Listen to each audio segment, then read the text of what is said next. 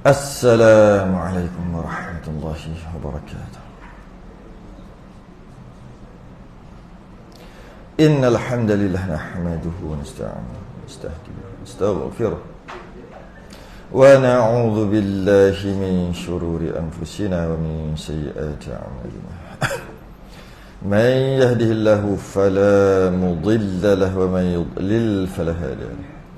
Ashhadu an la ilaha illallah wahdahu la syarika lahu wa ashhadu anna sayyidana Muhammadan 'abduhu wa rasuluh. Allahumma salli wa sallim wa barik ala sayyidina Muhammadin al-fatih lima ughliqa wal khatim lima sabaqa nasirul haqqi bil haqq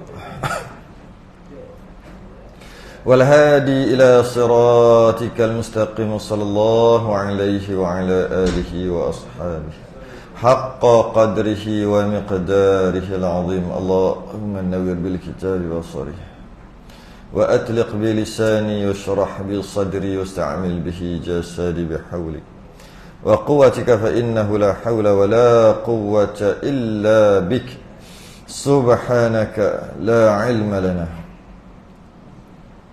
إلا ما علمتنا إنك أنت العليم الحكيم ولا حول ولا قوة إلا بالله العلي العظيم. أما بعد. Alhamdulillah, terafakkan kesyukuran. Terima kasih kita kepada Allah Ta'ala dapat kita sambung idaman penuntut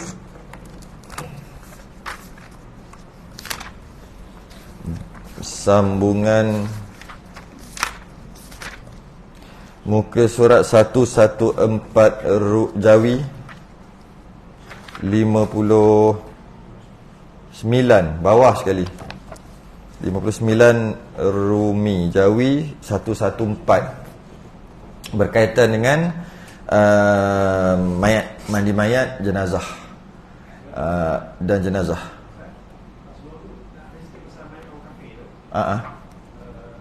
Mayat orang kafir, mayat orang kafir. Mana? Oh, mayat kafir, okey.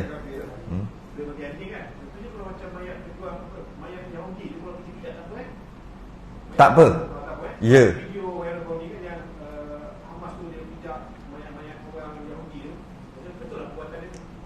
Dia gini, dia macam ni. Sebab yang dibagi contoh makan anjing ni, yang tadi kita bahas tadi kan, makan anjing, bukan nak cerita anjing tu.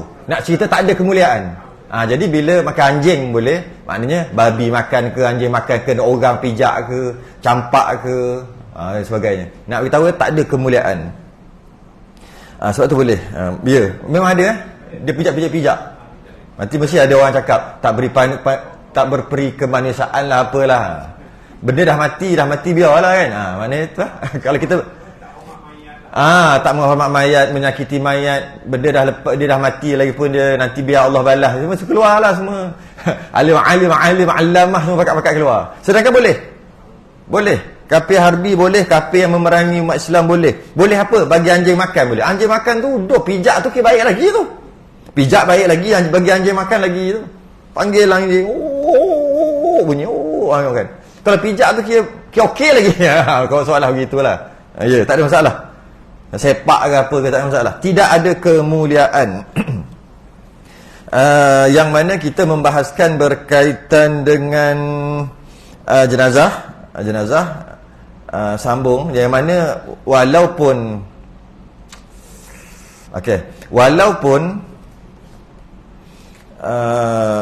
jenazah ni fardu kifayah, tapi kita dituntut juga untuk belajar. Kerana walaupun dia fardu kifayah, ketika nak buat tu dia jadi fardu ain. Ketika nak buat, hukum fardu kifayah, sebahagian dah buat, yang lain terlepas. Tapi kalaulah yang lain tu kita lah. Yang lain ni kan, yang lain kita, tak apalah, kita tak tahu pun. Sebab yang buat tu orang lain telah melepaskan kewajipan kita.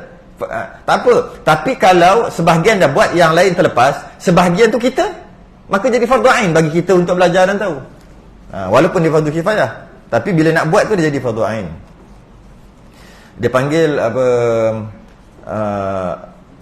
fardu kifayah dari sudut hukum, belajar tu fardu ain.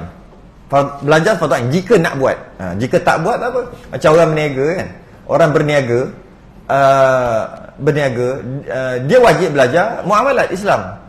Tapi dia tak nak berniaga, tak nak membeli, tak nak menjual, tak nak apa, maka tak wajib bagi dia. Sedangkan kita tahu muamalat tu, ilmu tu fardu kifayah. Tapi bila nak amal, wajib belajar. Takut-takut jadi riba ke, jadi apa ke, gitulah. Jadi walaupun memandikan jenazah fardu kifayah, tapi bila kita nak buat, dia jadi fardu ain lah untuk tahu. Okey,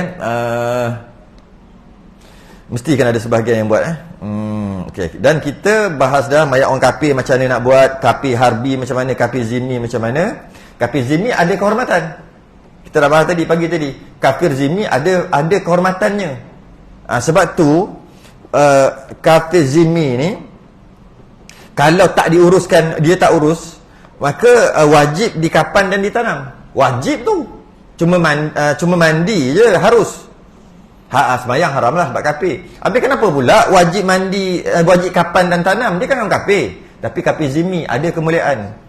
Kemuliaannya dekat mana? Walaqad karramna bani Adam. Sesungguhnya Allah telah muliakan Bani Adam. Bila Bani Adam kafir ataupun tak kafir lah. Jadi kemuliaan itu, maka tak boleh buat lebih kurang sebab dia zimmi. Tapi kalau harbi, harbi tidak ada. Harbi dan murtad tidak ada kehormatan. Okay. Lepas tu mayat dalam ihram kita bincang sikit. Mati syahid ada 3, syahid dunia akhirat, syahid dunia akhirat, syahid akhirat, syahid dunia saja. Kita bahas tu. Okay. Kemudian bayi, kita bahas juga bayi dalam rahim umur 6 bulan kalau gugur. Itu semua pagi tadi selesai dah. Kalau 4 hingga 6 bulan macam mana? Ada tanda hidup. Ketika 6 bulan ke atas tak ada tanda hidup pun wajib mandi, kapan solat, tanam. Kalau 4 hingga 6 bulan tengok ada tanda hidup atau tidak. Apakah tanda-tanda hidup? Kita dah bahas semua dah pagi tadi kan. Jika tak ada tanda hidup, haram solatkan walaupun tu bayi. Anak kita ni berapa dalam kandungan? 5 bulan. 5 bulan dalam kandungan, gugur, adalah gerak dalam perut. Masa 5 bulan tu adalah gerak. Lepas tu tak gerak. Pergi doktor kata dah habis dah, dalam perut ni habis dah. Akhir sekali keluarkan, sama ada sengaja keluar atau dia gugur sendiri keluar, tak ada tanda hidup di luar, maka haram solat. Tu kita dah bahas dah, haram, tak boleh solat. Kemudian tu bayi kalau 6 bulan ke atas, dalam kandungan tu 6 bulan ke atas, 6 bulan pamariah ke atas, keluar, ada tanda hidup ke? Tak ada tanda hidup ke? Sunat? Bukan sunat, wajib buat macam orang biasa, orang dewasa, mandi kapan solat, tanam. Malah sunat dinamakan, dan sunat buat akikah walaupun tak boleh daftar dekat pendaftaran negara sebab dia dah 6 bulan ke atas. Kalau tak buat macam tu, setengah ulama mengatakan dia tak boleh tolong mak bapak dia dekat pada mahsyar nanti sebab tak dilepaskan gadaian. Kalau tak buat akikah, nama sunatkan nama yang mempunyai dua makna, dua lelaki pun boleh, perempuan pun boleh namakan, sebab tak tahu jantina. Kalau tak tahulah buat akikah, itulah best. Dan tak sunat buat tahlil untuk dia. Kalau buat pun tak ada apa, tak sunat lah. Okay.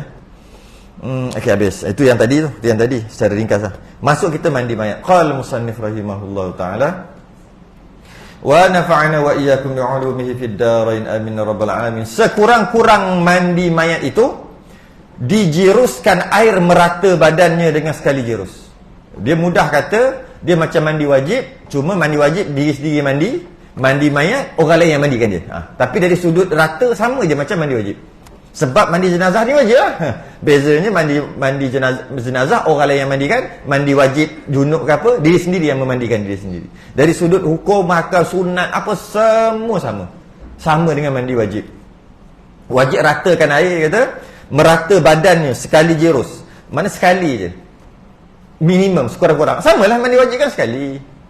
Habis kita mandi sampai setengah jam, tak tahulah jadi mandi apa kita. Sunat, mandi sekali untuk wajib, 3 kali sunat, 3 kali rata.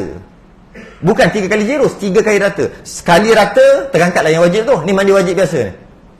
Sekali rata terangkatlah kewajipan. Hadas besar terangkat. Yang kedua sunat rata. Dah rata yang ketiga. Biasanya memakan masa lebih kurang dalam 2 hingga 3 minit saja.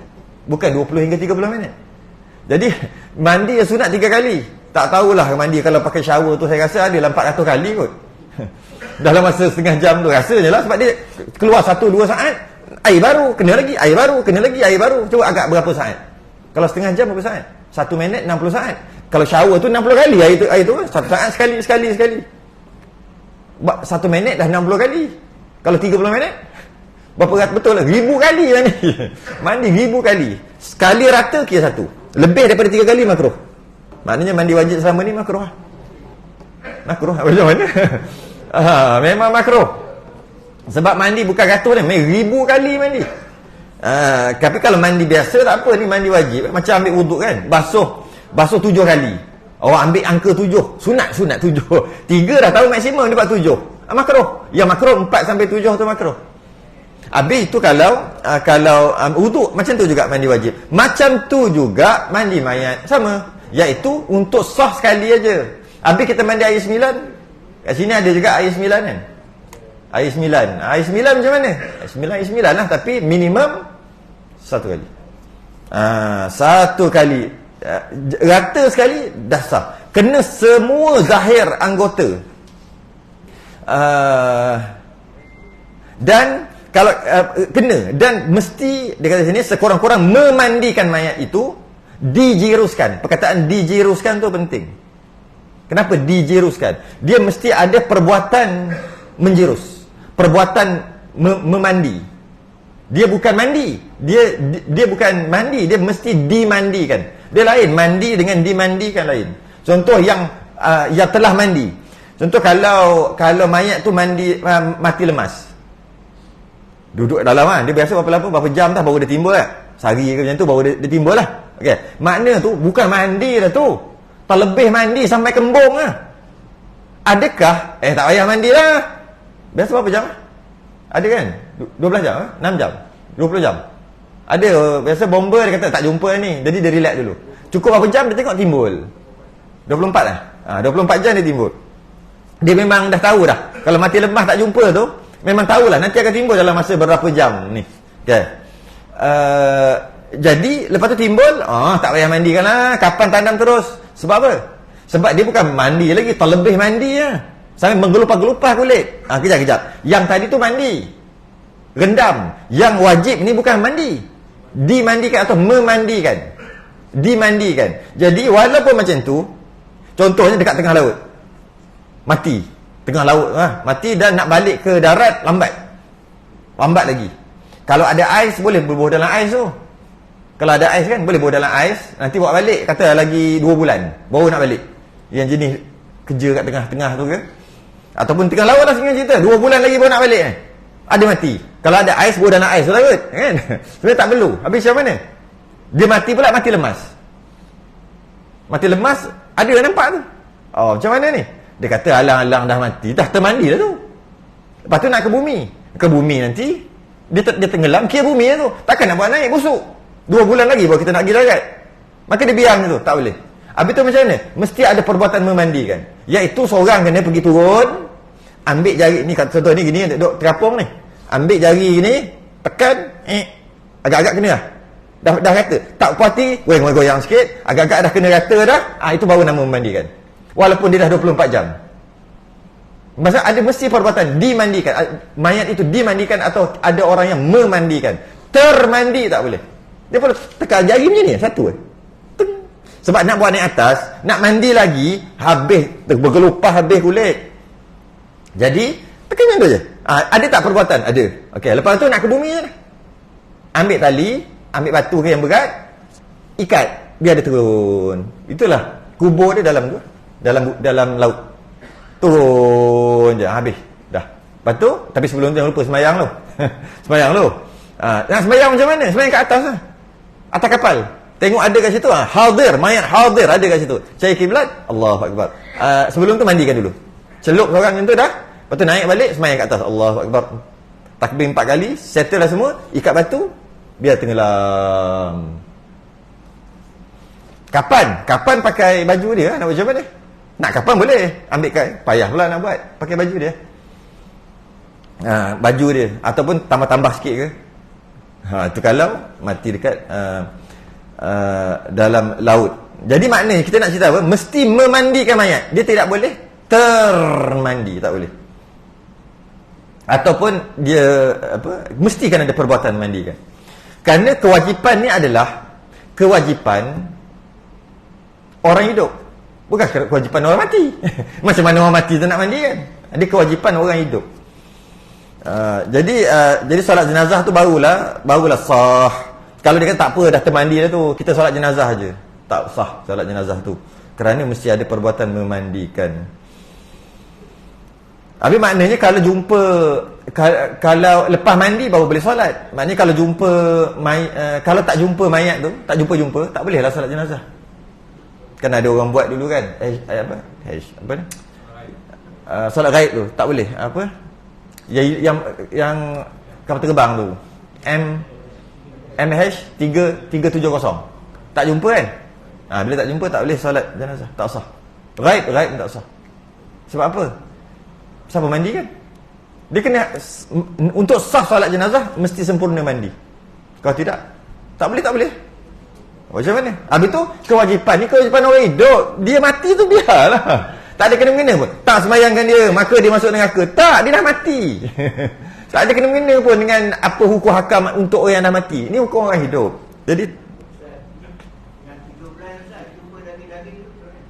kalau berkecai oh dah jumpa dah. Oh, yang M satu lagi tu kan? Yang tu pun sama. Kalau mandikan baru boleh. Sekarang dia tak orang mandikan, dah berkecai, tak boleh. Kalau kutip, lepas tu mandikan, kan? Lepas tu bungkus atau kapan, boleh. Ada kutip lah, memang kutip lah. Oh, yang itu, yang jet apa ni? Jet pula apa yang tu? Yang dekat Elmina. Elmina. Dia kutip kan hancur, dia kutip lepas tu mandikan. Boleh sembahyang. Boleh. Daging tu dia kutip. Dia tak semestinya mandi tu mesti sempurna, tak. Yang penting mandi. Bila mandi baru boleh sembahyang jenazah, baru sah. Kalau tak mandi tak boleh. Sama dia berkecai pun tak ada masalah. Okey, jadi kena bersihkan daripada kena ratakan air. Cuma dalam telinga tak wajib. Telinga wajib dalam. Macam mana dia wajib lah. Dalam telinga tak wajib, dalam hidung tak wajib. Dalam ni tekak tak wajib. Maksudnya ke dalam tak wajib, tak payah nak ambil air buah dalam sampai dia tertelan, tak perlu, tak wajib. Yang wajib luar, zahir. Senang cerita macam mandi wajib lah. Dan hendaklah suci daripada najis. Masa mandi tu kena semua najis tak ada dekat badan, basuh. Kalau orang tak sunat, budak-budak ataupun orang tua tak sunat, tak kisah, yang penting tak sunat. Bila tak sunat ada najis dekat bawah kulup dia tu. Dan untuk cuci tu terpaksa sunatkan dia, potong. Tak boleh kerana istilah dia panggil menyakiti mayat kan. Sebenarnya mayat tak sakit pun, istilah je menyakiti mayat. Orang Melayu dia ada satu istilah namanya menyakiti mayat. Cuma bila kita dengar istilah tu kita rasa mayat tu sakit. Bukan. Maksud menyakiti mayat orang dulu sebut adalah mayat tu ada kehormatan. Tu maksud menyakiti. Kalau tak buat lebih kurang, maka seolah tidak menghormati. Dia ada kehormatan dia, respect lah sikit. Potong-potong badan dia tu kenapa? Kuku dia tu potong, rambut dia pergi cukur, kenapa pula cukur? Biasanya sebab colour lah. Air tak lalu kalau ada colour, pakai colour-colour yang tak patut syariah ni lah. Kuku colour, rambut colour, buat tatu. Jadi benda-benda macam tu tak lalu, air tak sempurna. Ataupun tak sunat. Bila tak sunat ada najis bawah kulfah dia, ada najis. Jadi macam mana nak basuh apa orang istilah panggil leceh ke apa? Nak tarik apa semua, nak basuh tu. Sebab kalau tidak tak sah sembahyang jenazah. Tak boleh. Kenapa haram? Kerana dia ada kehormatan ataupun menyakiti mayat tadi. Habis tu nak macam mana? Tak payah sembahyang lah. Mengikut satu pendapat tak perlu sembahyang. Jadi kalau macam tu juga rambut dia color yang ni lah, yang tak lalu air ni, jadi tak sembahyang lah biasanya. Dia color rambut warna-warna macam-macam, dia buat tatu, dia color kuku. Macam mana nak buang? Kalau boleh buang pakai minyak ke apa kuku dia, buang tak apalah. Tapi kalau terpaksa kikih Manalah tahu kan dia apa, kuitek nama dia. Kuitek tak silap. Benda tu yang kuku. Tak lalu air. Maka bila tak lalu air, mandi tu, tak boleh sembahyang. Untuk nak sembahyang juga dia kikis. Tak boleh tu. Untuk nak bagi sembahyang juga dia cukur rambut. Sebab ada color tadi. Nak bagi sembahyang juga tapi potong sunat. Tak boleh. Habis tu macam mana? Sempurnakan tanpa sembahyang. Mengikut satu pendapat. Itu yang muktamad sebenarnya. Cuma khilaf ulama, ada ulama kata jika dia ni ada yang tak kena air, contohnya ataupun ada najis, contohnya budak tadi tak sunat lagi, tak sembahyang. Mak dia, Allah, anak tak sunat lagi, mati tak sembahyang pula, terasa macam apa, terasa macam tak sah je mati. Mati sah juga. Habis tu masa macam tak seronok tak? Tak seronok. Maka pakailah pendapat Syekh Ramli, bukan, pakai pendapat Ibn Hajar yang mengatakan tayamum. Lepas tayamum, mandi kan, lepas tu tayamum, lepas tu boleh sembahyang. Syekh Ramli kata tak perlu sembahyang. Jika apa dia, antara contohnya ada color kat rambut, yang mana color tu bukan inai lah, yang menghalang lah. Kalau dia mandi wajib masih dia hidup pun tak sah. Maka buat macam mana? Mandikan saja, tapi mandi tu dikira tak sempurna. Kapan tak ada sembahyang, tanam. Satu pendapat lah. Kita ambil pendapat tu dulu. Ataupun lepas dah sudah mandi, tayamum, baru kapan, lepas tu boleh sembahyang. Khilaf ulama. Yang muktamadnya tak payah sembahyang. Macam mana pun jadi pelik tak? Jadi risau masyarakat, jadi tak apalah. Dah khilaf kan? Khilaf kena kata khilaf. Ataupun mungkin ada kat kuku, nak pakai dia punya minyak tu, dia punya thinner tu tak hilang juga, nak kena kikis. Jadi kalau macam tak apa, mandi tak sempurna kita tahu, maka kemudian tak payah sembahyang. Ataupun tayamum, lepas tu sembahyang. Ataupun tatu, ada tatu, sama juga, air tak lalu, tak kena. Bila tak kena, tanam tanpa disembahyang, kerana tak sempurna mandi, tak sah sembahyang. Ataupun tayamum, kemudian sembahyang. Tadi lah tayamum. Kalau budak tak sunat, ataupun orang besar pun tak sunat, sama juga, sempurnakan tanpa sembahyang, tanam gitu aja. Tapi takut gitu, tak apalah. Tayamum, dengan tayamum, orang lain yang ketemu hidup ni, tayamum dia sapu muka dengan tangan dia, dengan debu. Lap dulu lah, sebab ada air kan. Lap dulu, tayamum. Lepas tu baru boleh sembahyang. Biasanya orang buat yang tu lah. Ada biasanya orang buat yang tu. Lepas tayamum, sembahyang. Sebab dia bimbang, takut jadi sesuatu dalam masyarakat kan. Masyarakat mesti kata, ish, apa sah pula kamu sembahyang? Asal pula kan. Padahal tak boleh sebenarnya. Pendapat tamat tak boleh. Macam mana pun muncul ada khilaf. Tapi tayamum tu mesti tayamum mazhab Syafi'i. Kalau mazhab lain tak payah tayamum. Mazhab Hanafi tak perlu tayamum. Mandikan mandi yang boleh, kemudian sembahyang. Mazhab Syafi'i mesti tayamum. Itu mengikut satu pendapat. Mesti kena tayamum. Yang orang yang mandikan ni lap, tepuk, niat. Saja aku tayamumkan jenazah ini bagi menggantikan tempat yang tak kena air, bagi menggantikan najis yang ada, yang itulah, kerana Allah Ta'ala. Ambil sapu muka dia dengan debu, kemudian tepuk lagi yang kedua dengan tangan sampai siku, sapu. Tapi biasa lap dulu, sebab dia basah, nanti banyak pakai debu, berdebu-debu pula. Tapi tak apalah, nanti kan tanam masuk dalam tanah juga kan. Cuma lap-lap dululah. Okey, itu maksud memandikan jenazah, dijuruskan merata badannya dengan sekali jurus. Sekali jurus wajib, yang lebih tu sunat, tak apa. Sekalipun ia berjunub, dengan demikian, sekalipun ia berjunub, walaupun mayat tu berjunub, tak perlu mandi dua kali.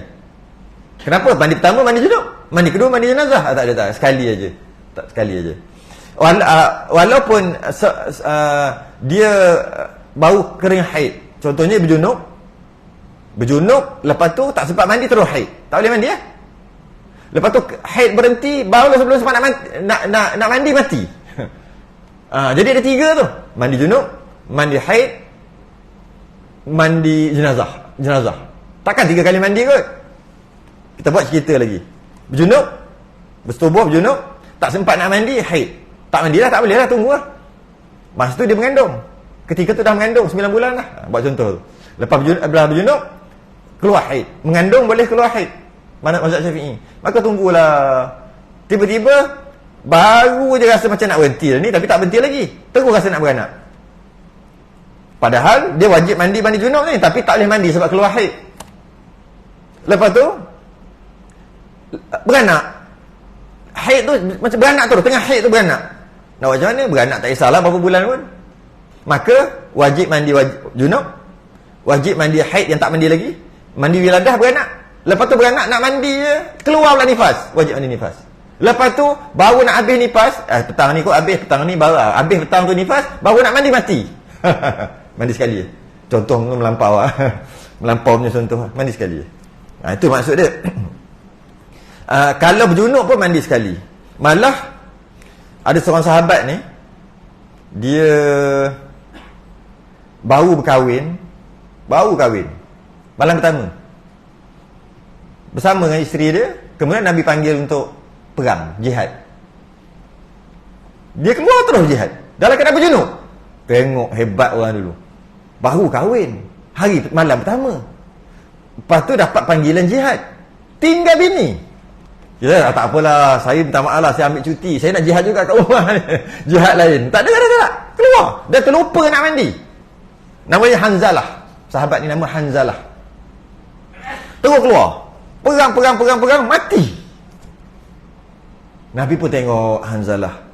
Nabi kata sesungguhnya sahabat kalian ni, Hanzalah ni, dimandikan oleh malaikat. Apa salah? Nabi tanya. Cuba tanya keluarga dia. Apa hebat dia ni? Biasa gitu lah kan. Nabi kalau benda perak, Nabi suruh pergi tanya. Sebenarnya mungkin Nabi tahu. Dia nak ajar cara para sahabat kan. Kenapa dia mati ni begini-gini ya? Cuba tanya keluarganya. Rupanya nampak macam jahat. Tiap-tiap hari semayang, minta taubat ke apa kan. Mesti ada cerita-cerita kita dengar kan. Ini kan. Cuba pergi tanya saudara. Keluarga dia. Sahabat pergi tanya isteri dia. Dia kata dia baru kahwin. Oh iyalah, dia baru kahwin. Bila mendengar panggilan perang, suamiku terus pergi. Sampai terlupa dah tak mandi junub. Terus pergi. Sebab itulah malaikat yang mandikan. Istilah je malaikat mandikan. Jadi maksudnya nanti bila dia mati tu, tadi tu mati syahid lah. Yang ini kalau bukan mati syahid, kalau mati sedangkan dia berjunub, mandi sekali je. Mandi jenazah, terangkatlah junub tu sekali. Yang sempurna dimandikan dalam bilik. Yang sempurnanya jadi minimum mandi rata sekali. Itu minimum. Yang sempurna, yang akmalnya dimandikan di dalam bilik. Janganlah main sekali gitu. Buat elok-elok lah kan. Di dalam bilik. Yang sempurna maksud tak wajib, sunat. Dengan dipakaikan kain basahan. Kain basahan ni biasanya kalau ikut pengalaman saya lah, jangan pakai kain kapan tu. Nak letak kat atas tu. Sebab dia putih. Kalau kain mahal tak apa. Biasa kain murah je. Kain mahal dia tebal tak apa. Yang kain nipis ni bila kita tak apik, bila kena air, sebab kita nak buat basahan ni kan, bila kena air dia nampak warna kulit. Habis nak pakai apa? Pakai kain batik atau kain pelekat yang lepas, yang tak jahit. Tu cantik. Okay? Jadi dimandikan dalam bilik, di bilik, masa bilik tutup lah. Bila sebut bilik dengan maksud tutup. Sebab tu ketika mandi ni yang terbaik tak boleh ramai-ramai. Keluarga datang tak boleh. Kalau ini untuk pemandi jenazah. Kalau lah keluarga tu nak mandikan jenazah, silakan. Kalau nak, kami pun nak tengah bersedih, mungkin tahu mandi atau tengah bersedih. Ya, macam mana? Tak apalah, suruhlah orang surah masjid untuk mandi kan. Jangan bagi masuk, bukan jangan masuk. Sebaiknya dia orang tak ada. Pengalaman saya tu. Sebaiknya dia orang tak ada. Yang ada tu kan mandi dia orang. Okey, ada seorang nak bantu, tak apa, keluarga bantu seorang, tolong ulu-ulu apa. Cukup, tutup pintu. Betul kata dalam bilik. Dia tak mau orang ramai-ramai. Gini tengok. Ramai tengok, buat muka sedih. Tengok buat apa? Tengok je. Kalau lelaki okey lagi, taklah okey sangat. Tapi kalau perempuan, maksudnya anak saudara, mak saudara, buat apa tengok tu? Tujuan apa? Jadi tak molek. Tapi tak adalah haram. Ataupun pakat-pakat nak mandi kan, saudara mara nak olor tu olor ni, lepas tu bercakap-cakap. Dia tak ada hormat lah pada jenazah kalau macam tu. Dia seolah macam tak buat jenazah tu hormat. Betulnya tutup, yang ada dua orang. Kalau keluarga dia nak seorang tolong bantu, tutup pintu. Nanti siap, kapan nanti buka lah. Janganlah tutup, buka muka. Cuba buatlah, nak tengok, nak cium, nak apa. Sebab dia akan pertama dari sudut aurat. Satu, aurat dia tetap pusat sampai lutut kalau lelaki. Habis kalau anak dia ada, anak perempuan, anak lelaki ke, yang bukan mandi kan, mesti akan ternampak selak-selak. Padahal tak boleh tengok. Walaupun anak dia mana boleh tengok pusat sampai lutut ayah dia. Mana boleh. Tapi yang nak mandi, dah mandi nak macam mana? Tengah mandi kan? Ni yang tak mandi ni. Terbuka aurat. Tak boleh tengok.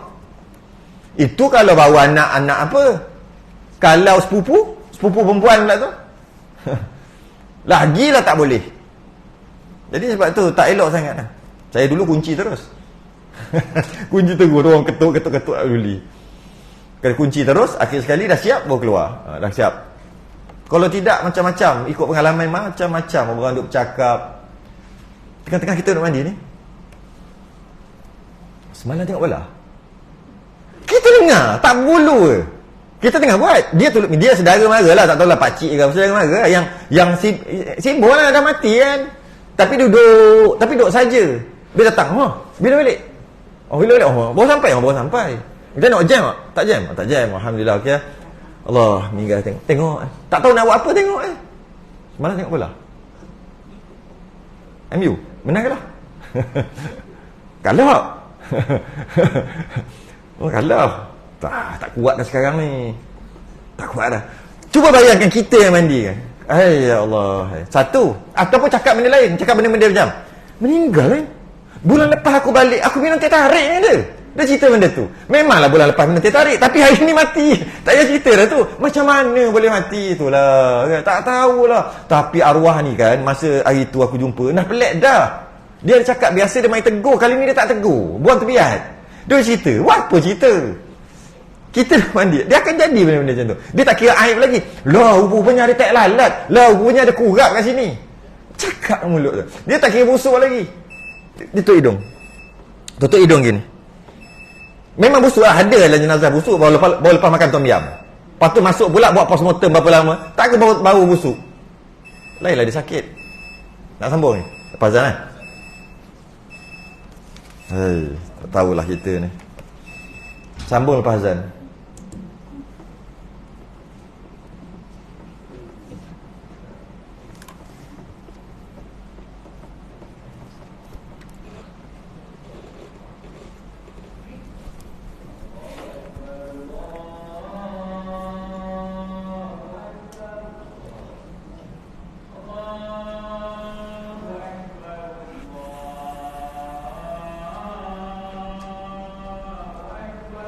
Allah.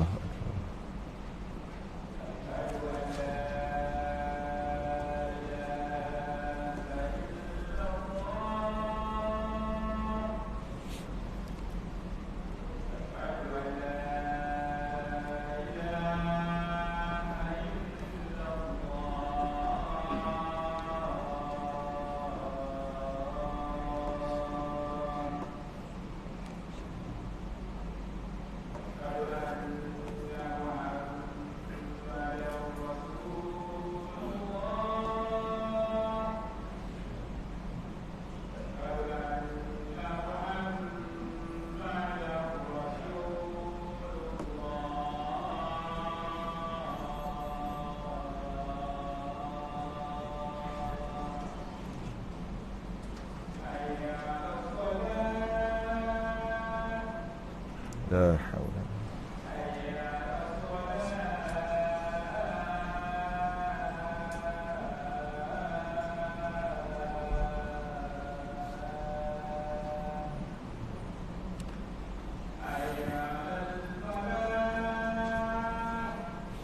La haula.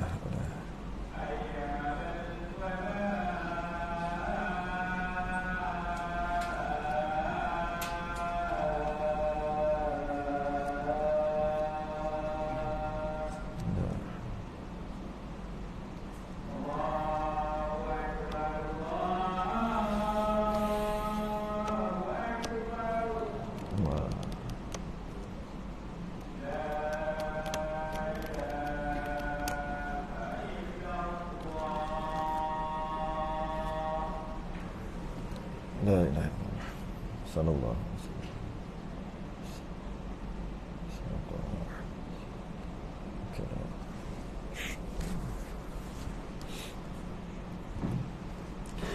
Jadi yang terbaik sekali dalam bilik. Dalam bilik. Dan ikut pengalaman juga, bilik tu elok ada aircon. Sebab nak tutup. Sebab nak tutup, tak nak bagi masuk lah. Kalau tak ada aircon, buka. Panas. Bila panas, orang pakai masuk. Masa tu lah orang masuk. Masa tu lah pakat-pakat nak mandi, nak jiru kali terakhir. Yalah, tak salah. Tapi yang pelik masih hidup tak mau mandi kan.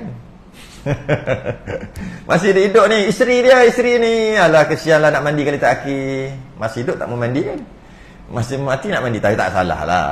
Cuma nak beritahu dengan percampuran tadi, dia akan jadi tidak terkawal. Itu poin saya. Jangan kata apa benda bukan salah, bukan berdosa pun, bukan, memanglah. Dengan percampuran tadi, dia menjadi tidak terkawal. Mula-mula konon-konon kata kawal, tak terkawal. Dia masuk sepupu, sepapat. Kat situ ada aurat yang berlainan jantina. Masuk yang tak terkawal lagi, terselak. Sedangkan dia tak ada kena-mengena pun dalam pemandian tadi. Maka kat situ jadi tak elok. Jadi tak terkawal. Bercakap, orang bercakap, tak boleh tutup mulut orang.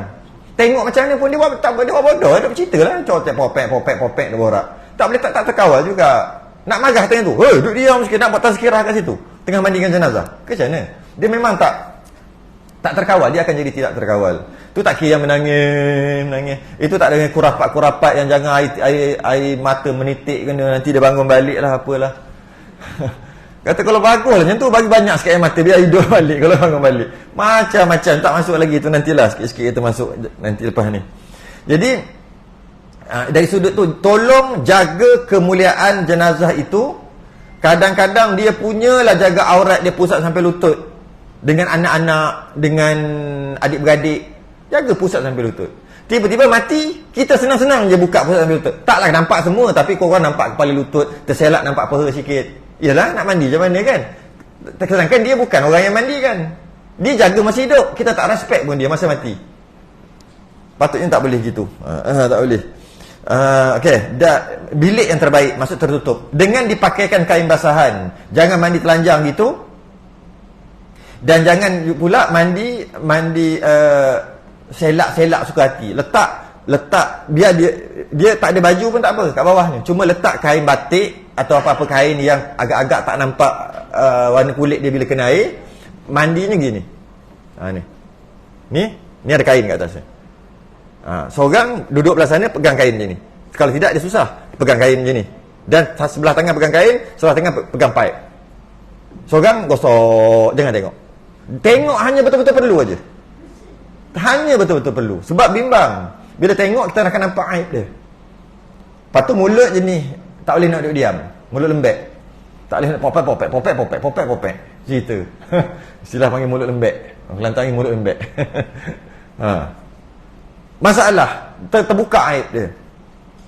Orang tak tahu, oh ada kurak kat sini, oh ada panau, oh ada tai lalat. Semua kakak tahu dah lepas pada tu. Jadi pakai kain basahan ataupun baju buruk. Cuma baju buruk ni susah sikit kan, nanti nak pecat payah. Akhir sekali nak pakai gunting. Dah rosak pula kain baju tu. Cuma bolehlah kalau nak pakai baju. Yang penting jangan telanjang bogel. Tu yang tak nak. Ya. Kemudian tempat dia diletak atas tempat yang tinggi seperti pangkin. Masa dia mati tu sebenarnya dah kena letak tempat tinggi dah. Meninggal kalau kat bawah, jangan letak kat bawah. Paling kurang habis kurang tikar. Habis kurang tu tikar. Lapik tikar lah. Jangan letak gitu aja. Tapi kita kesian ni mati accident tu kan. Kan tak boleh buat apa-apa sampai polis datang kan. Allah. Tapi macam mana undang-undang macam tu? Kalau tidak macam mana tah? Jadi apa tah? Jadi tak boleh. Salah ke insurans tak dapat ke apa? Yang tak boleh alih tu. Semua pakat-pakat tunjuk polis. Siapa suruh jadi polis? tak nak tunggu polis datang, ambulans datang tu lah nak cek benda Allah tu. Oh mahkamah bukan polis. Elok salahkan polis. Padahal bukan polis mahkamah. Maksudnya tak boleh lah. Maksudnya tak boleh.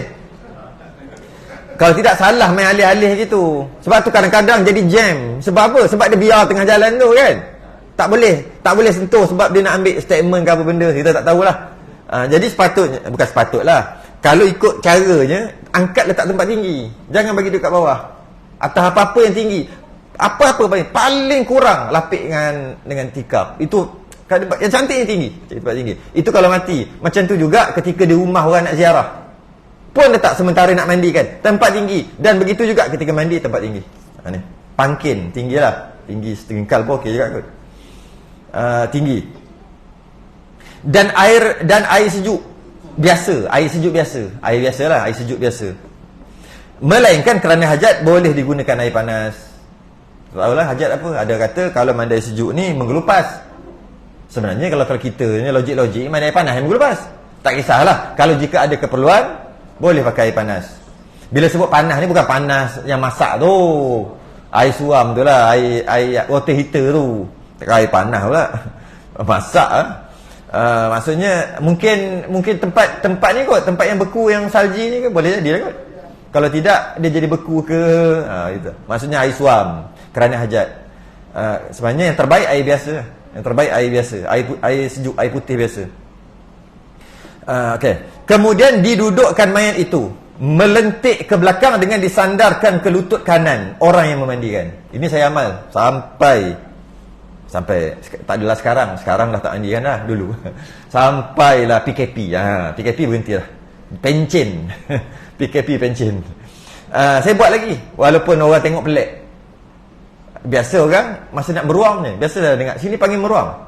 Meruang ke meruang? M ke G? Ke tak tahu meruang? M. Meruang. Seorang je tahu. Meruang. G. Sana G, sini M. M. Bunyi wang sebut tu M. Meruam lah. Ada kata sebut meruang, itu mesti Terengganu. Tak kisahlah.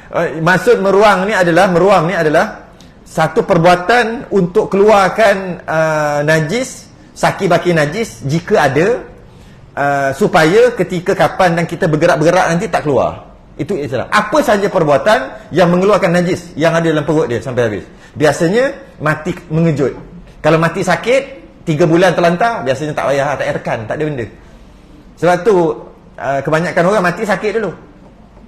Maka saya tak ada pun orang nak bercakap bau busuk ke apa, tak ada. Tapi kalau mati terkejut, mati elok-elok, malam tu makan, tidur mati. Tengah makan, balik makan lencop, lepas tu accident mati. Tu kan. Biasanya adalah tak sempat nak hadam lagi. Yang itu kena kuat sikit. Tekan tu kena kuat sikit. Sedangkan betul kita tak dibenarkan, kita dilarang untuk buat kasar-kasar. Kecuali kita dilarang untuk buat kasar-kasar dekat mayat, kecuali meruang. Meruang kasar pun tak apa. Masuk kasar tu kuat. Itu tekan. Tu. Bukan. Tak jadi tu, tak keluar. Di sini. Okey, yang dia kata tu, ni apa? Ni letak ni kat perut. Tekan. Ni apa benda pula main tolak-tolak kan? Tak kat perut dia. Ni maksud nak bagi tahu kekuatan, bukan kuat tu. Padahal sebenarnya tak boleh. Kecuali jika menyangka dalam perut dia ada tu, susah. Masa kita dah kapan, dah elok dah semua cantik, bawa kapas dah apa semua. Kerana masa nak gerak tu, kalau keluar macam mana? Bau tai, tengok-tengok keluar darah atau keluar najis. Tak boleh semayang, wajib basuh. Cuma mandi dah sah. Cuma nak semayang je tak boleh. Wajib basuh, letak baru, kan menyusahkan. Sebab tu ada setengah orang dia ambil kapas yang besar-besar, kapas bulat-bulat tu, sumbat masuk hidung, masuk telinga, masuk dubur, masuk mana boleh masuk. Semua masuk. Sebab itulah bimbang takut tengah-tengah bergerak-gerak Allah terkeluar. Tak boleh. Tak apalah, lepas dia nak tanam. Diam je lah. Tak sah sembahyang. Sembahyang tak sah. Diam je. Kata keluar tu nampak ada darah ke, keluar nampak ada najis tu, biarlah diam. Tak boleh. Tak sah. Ada najis dekat jenazah, ketika sembahyang jenazah tak sah. Padahal sembahyang jenazah tu orang lain. Yang ada najis tu jenazah, tetap tak sah juga. Kemudian okey, macam mana cara yang dia ajar? Ini kalau mandi seorang atau dua, seorang lagi pembantu. Kalau mandi seorang, saya pernah buat macam ni, memang senang. Tapi memang kena peluk jenazah tu. Saya perhati orang sekarang mandi, dia tak nak kena air mengecil-kecil. Rasa pang baru tahu. Nak mandi jenazah ke tak nak? Dia ambil kat sini. Takut jubah baju kena. Mandi. Ini kisah nak sekarang ni dia mandi jenazah. Dia gini, orang yang betul-betul mandi jenazah dengan dia mandi. Tu betul. Tapi kalau mandi gitu, pegang sana. Tolong pegang sana, pegang ni. Tak nak bagi kena. Tak payah mandi jenazah lah kalau gitu. Tak ada. Mandi jenazah ni dengan orang yang mandi tu mandi. Mandi sekali. Tapi bukan mandi gini, tapi masuk basah berjeruk. Sebab tu orang yang mandi jenazah, sunat mandi lepas mandi jenazah. Orang yang memandikan jenazah, sunat mandi Orang yang memandikan jenazah tadi sunat mandi lepas mandi jenazah. Orang yang tolong bantu-bantu pegang paip, ulur-ulur sabun, ulur kapas sebagainya, sunat wuduk. Pegang-pegang sikit-sikit ke, ambil korek-korek pakai cotton bud telinga 3 sikit-sikit ke, sunat wuduk. Lepas habis tu sunat wuduk. Orang yang memandikan jenazah sunat mandi. Kenapa sunat mandi? Sebab dia mandi sekali. Dia mandi sekali menyebabkan adalah bau ke apa ke, bau kau barus ke. Lepas tu sunat bagi dia mandi. Okey. Jadi kalau seorang macam mana? Dia memang kena peluk jenazah tu. Dia naik atas, naik dekat jenazah tu, bukan naik atas tu, dekat atas pangkin tu, dia macam mana cakap? Dia dirikan belakang ni, dia tarik naik berdiri seorang-seorang ni. Lepas tu lutut dia ni sandar. Macam mana nak buat? Sandar lah. Sandarkan lutut. Ni jenazah ni. Macam mana? Okey, ni jenazah. Naikkan. Macam mana nak bagi dia naik? Sebab nak meruam. Itu tujuan dia. Nak meruam, dia tak boleh straight. Kalau straight tak guna meruam. Boleh tapi tak guna. Dia straight terbaring. Nak meruam benda. Dia mesti kena macam duduk. Barulah perut ni, usus ni baru tertekan dan barulah jadi. Ini masa tengah baring, tekan. Tak keluar. Takkan keluar. Tak keluar pun. Jadi naikkan sikit. Bila nak naik sikit-sikit, duduk belakang dia. Angkat slow-slow, duduk belakang dia. Lutut kanan naikkan. Lutut tangan orang ni, bukan lutut tangan jenazah. Lutut tangan dia ni naikkan, letak belakang lutut kanan. Letak macam tu. Jadi kalau jenazah tu dia naik macam ni. Jadi macam ni. Ni lutut. Ni kepala, lutut. Tangan kanan pegang kepala, tangan kiri gini. Ni penting ni sebab dia nak gerak. Dia lembek kan dia. Ni penting ni untuk support. Tangan kiri, boleh tak? Lutut. Tangan kiri. Tu. Mandi seorang je. Ramai-ramai tahu buat apa. Mandi seorang je. Tengok. Mayat itu melentik ke belakang, istilah melentik ke belakang dengan disandarkan ke lutut kanan orang yang memandikan. Tangan kanan tukang mandi memeluk belikatnya. Memeluk belikat macam tu teruk sangat. Saya buat macam ni. Ni kepala dia, pegang ni kepala dia. Tangan ni, jari tengah ni kena ada tengah, kalau tidak berat. Gini. Pegang tu. Lutut mungkin kat sini ada lutut kat sini. Lepas tu tangan kiri. Okey. Tangan kanan tukang mandi memeluk belikatnya. Dia suruh peluk terus. Kalau peluk mana kepala tu kat sini? Kat sini ke? Gitu kan? Dia suruh peluk terus. Saya tak peluk. Kat sini. Okey. Dengan ibu jari, ada ibu jari pada tengkuknya dan ibu jari pada tengkuknya. Cuma susah ke? Boleh macam tu lah. Pegang. Yang penting tujuan saya kata buat begini, tujuannya kepala dia akan jatuh, kan mati ni. Kepala dia akan gini, itu tujuan dia. Jadi pandai-pandai lah, jangan bagi kepala nampak uduh sangat. Kepala duduk gini. Kan nampak serem. Serem. Jadi buat pegang. Okey, tu point dia. Tak kisahlah macam ni cara tu, yang penting kepala tu biar straight. Jangan nanti kan balik tak boleh tidur. Tengok lembek, pejam mata nampak. Dia kena badi, dia panggil badi mayat. Pejam mata kena. Ada kawan saya kena 3 hari tak boleh pejam mata. Jadi bengong dia. Sebab tak tidur 3 hari, bengong rupanya. Boleh nak tidur, pejam mata, terus keluar muka. Keluar. Dia panggil badi mayat. Puas ludah. Lepas 3 hari baru boleh. Tuih ludah dah. Puas jampi. Akhir sekali baru boleh lepas 3 hari. Adalah bacaan-bacaan. Nanti kita akan ajarlah hujung-hujung tu. Masa nak tengok ada bacaannya. Ni main pergi konon-konon kena badi mayat. Memang 3 hari. Memeluk belikat ibu jari pada tengkuk dan tangan kiri menekan perut mayat. Ini meruam. Tangan kiri menekan perut mayat seberapa kuat dari atas ke bawah beberapa kali. Dia ugut pun boleh juga. Gini. Kaki daripada pegang tu, kepala lutut naik, pegang. Ni. Boleh? Daripada ulu hati sampai ke bawah. Boleh juga. Kalau kuat, kalau kuat lah. Kadang tak gagah juga tangan kiri kan. Tangan kiri tekan. Beberapa kali supaya hadis keluar keluar baki-baki najis dari dalam perutnya. Tujuannya bukan apa. Kalau dia duduk dalam perut je sampai tanam tak apa. Takut dia keluar dalam proses lah. Orang yang menolong tukang mandi Sentiasa menjirus air di mana tempat dikehendaki. Pegang paip lah. Jirus. Ataupun kalau pakai gayung lah. Biasa pakai paip lah. Jirus. Lepas itu ditelentangkan. Jirus masa pegang tu kan. Pegang. Jirus. Tekan. Jirus kat situ. Kat tempat sini lah. Jirus. Ambil paip tu masuk bawah. Ikut bawah. Biar air banyak. Masa tu air banyak. Sebab kalau keluar, biar hilang. Keluar hilang. Jangan tekan biarlah. Sekejap lagi masuk sekali. Keluar. Dia akan busuk. Memang busuk. Busuk sungguh. Sebab yang paling busuk sekali adalah manusia. Bangkai manusia pula. Manusia yang mati. Bangkai anjing busuk, bangkai babi busuk, bangkai kucing, bangkai ayam, semua busuk. Tapi dalam banyak-banyak, paling busuk manusia. Paling busuk. Dan paling busuk di antara manusia yang makan haram. Maksud makan yang haram. Macam makan biawak, makan babi, makan yang haram tu. Busuk. Sangat busuk. Minum arak, busuk. Busuk pelik bila mati. Tapi kalau yang elok makan halal ni, busuk. Busuk juga, tapi paling busuk. Maknanya kalau yang makan yang haram, lagi busuk. Busuk hanya. Saya dah kena kan? Busuk. Kemudian lepas dah begitu, dah habis, agak-agak dah habis keluar. Lepas itu ditelentangkan. Kemudian tukang mandi, lepas tu ditelentangkan. Lepas dah telentangkan, sambil jirus ni, seorang lagi jirus. Kemudian tukang mandi membalut tangannya dengan perca. Ambil kain kapan tu lah juga, boleh kain kapan kerat kecil, balut tangan. Perca tu kain perca, dan membasuh kubul dan dubur. Basuh kubul dengan dubur. Wajib berlapik. Sama ada sarung tangan, ambil kain perca. Tak boleh kulit dengan kulit.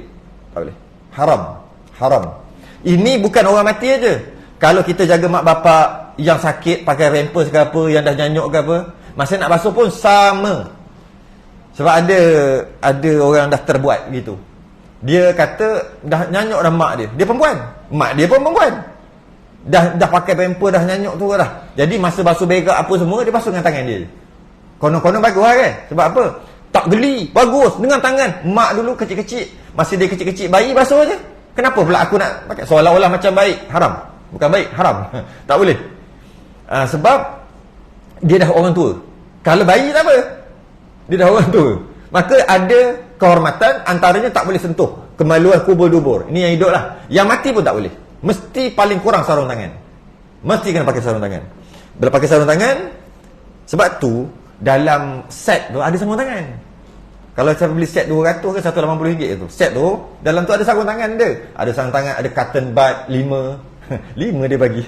Yang korek 5 kan 5. Lepas tu dia bagi sabun buku. Sabun buku tu kerat 4 tu. Itu yang jadi kurapat orang ambil orang mandi sabun tu. Buat ubat. Hilang. Saya masa pakai sabun betul hilang. Mana sabun? Hilang. Rupanya ada kurapat. Ada. Nanti kita cerita akan datang. Dah 8.30. Ada pula masa kita ambil kain tu untuk cuci tu, letak kat tepi dulu. Bila dah angkat bawa pergi ke meja sebelah untuk kapan, hilang kain-kain bekas tadi. Boleh buat kurapat rupanya. Adalah cara dia. Caranya ambil, bakar, bubur campur gini, lap mata nampak. Adalah saya tanya, rupanya patut pun hilang. Lepas pada tu ambil plastik hitam. Apa hal habis terus sampak dalam tu. Jangan letak kat sini. Hilang. Tu yang ramai-ramai tengok. Tunggu masa tu. Dia tunggu masa. Iya, saya kena benda ni. Saya cerita pengalaman. Kalau kat Selangor, kat KL pun macam tu. Padahal tempat tu dah. Kalau kat kampung-kampung, lagilah. Ada benda-benda macam tu. Dia ada benda-benda boleh buat. Sabun tu dia bagi kat anak-anak dia yang ada sakit kulit. Sabun buku. Lepas tu saya beli sabun cair. Ada muka tu. Beli sabun cair, tak pakai sabun buku dah. Sabun cair kan nak ambil mana boleh ambil sabun cair. Tak jadi. Kain-kain tu, lepas buat, sisu buat, buang tu dalam plastik hitam. Ikat dekat mandi jenazah. Dekat ada besi tu kan, ikat kat situ. Jadi tak boleh ambil. Sebab tu kata, kena 2 orang je, tutup, tak boleh orang masuk. Macam-macam geng kurapat. Zaman sekarang lagi lah. Selfie. Dah meninggal dah. Semoga berbahagia di alam sana. Kau selfie. Dalam apa keadaan sekalipun, jenazah mayat tak boleh ambil gambar. Apa sebab sekalipun. Tak boleh. Sama sekarang. Tu nanti kita masuk. Jadi nak berhenti dekat sini ni. Jadi balut tangan, kemudian basuh kubul dan dubur, gosok, pastikan berlapik, kalau tidak berdosa. Setelah itu dia ambil perca lain. Sekejap. Saya berhenti kat mana? Ya, situ. Setelah itu ambil perca lain, yang lain pula, bersih untuk dibuat pakai perca lain yang bersih. Jangan pakai yang itu pula. Kenapa? Sebab cuci mulut dia pula. Pakai yang cuci tu. Memang malam tu mimpi. Dia marah, kau masuk bekas najis kat mulut aku, menjuruskan air di ambil perca yang lain yang bersih untuk dibuat membersih mulut. Setengah tempat dia panggil kain sugi, dia panggil kain sugi. Sebenarnya kain lah. Ambil balut tangan gini, perca tadi, lepas tu gosok. Dia panggil kain sugi. Membalut tangannya dengan perca dan basuh kubur dubur. Lepas dah gosok-gosok kubur dubur, basuh semua. Lepas tu ambil bersih mulut, bersih mulutnya, bersih mulut gigi dia. Lepas tu giginya dan hidungnya. Hidung ni, pakai hidung elok pakai ni apa? Katembat tu. Sikit dekat sini, tak payah masuk sampai dalam. Lepas tu dia ambil air sembahyang, berhenti kat situ. Lepas tu dia ambil air sembahyang dengan niat. Air sembahyang tak wajib. Air sembahyang tak wajib ambil untuk jenazah. Tapi wajib niat. Wajib niat kalau nak ambil wajib niat. Mandi wajib, mandi jenazah wajib. Tapi tak wajib niat. Nah, mandi jenazah wajib. Niat mandi jenazah tak wajib. Wudu untuk jenazah sunat, tak wajib. Tapi niat wajib. Apa benda tu? Apa benda? Akan datang. Sambung akan datang. Itu iklan. Tangguh dulu. Kita berhenti dekat niat nawaitul wudu. Lepas itu dia ambilkan air sembahyang dengan niat. Terus dengan tasbih kafarah dan suratul subhanakallah wa hamdika asyhadu an la ilaha illa anta الذين آمنوا وعملوا الصالحات. السلام عليكم ورحمة الله.